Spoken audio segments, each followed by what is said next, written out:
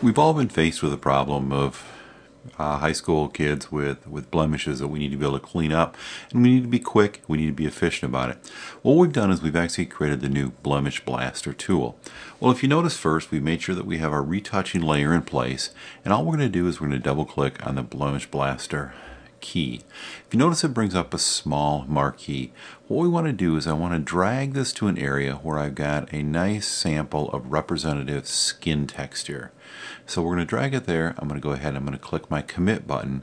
And now what we've done, we've actually built a healing brush that's actually using this young man's actual skin texture. It's a little bit better to go with a little bit heavier texture than a smoother area. We also want to be able to take, it's better if we can have the light equalized a little bit. Well, working with a small brush is a little bit better than a big brush, and so all that I have to do is start stroking over these blemish areas, and look how we're able to quickly clean things up. I'm just taking short strokes. I'm not going through and doing large sections at a time, but we can go in here and you can see how we can quickly replace the blemishes, get very, very natural looking texture. We can use our bracket keys to be able to take and adjust our brush sizes. We can go under the nose, clean up areas I want to work on. Particularly if I want to work on a small brush size, particularly if I'm working near the edge, because I don't want to bleed things out. Sometimes that healing brush will tend to blend out. Swipe down the middle of the nose there, do some cleanup there. Of course, we don't want to miss the neck, so we can come in and clean up some of the different areas there.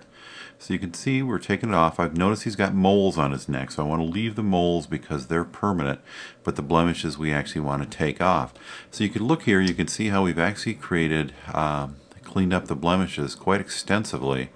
Very, very quickly. You can see it's been less than 2 minutes that we've actually spent on this. We've actually cleaned that up quite a bit.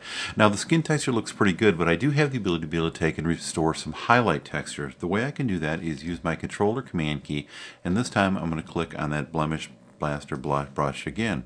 Well, what happens here is we're going to take now, and I can actually take and I'm going to start brushing over these highlight areas, and I can actually take and I'm bringing back just in the highlight areas more texture back into the skin. If you have something like whiteheads or something like that, they're going to they may come back, but we can go back in and we can take them out again.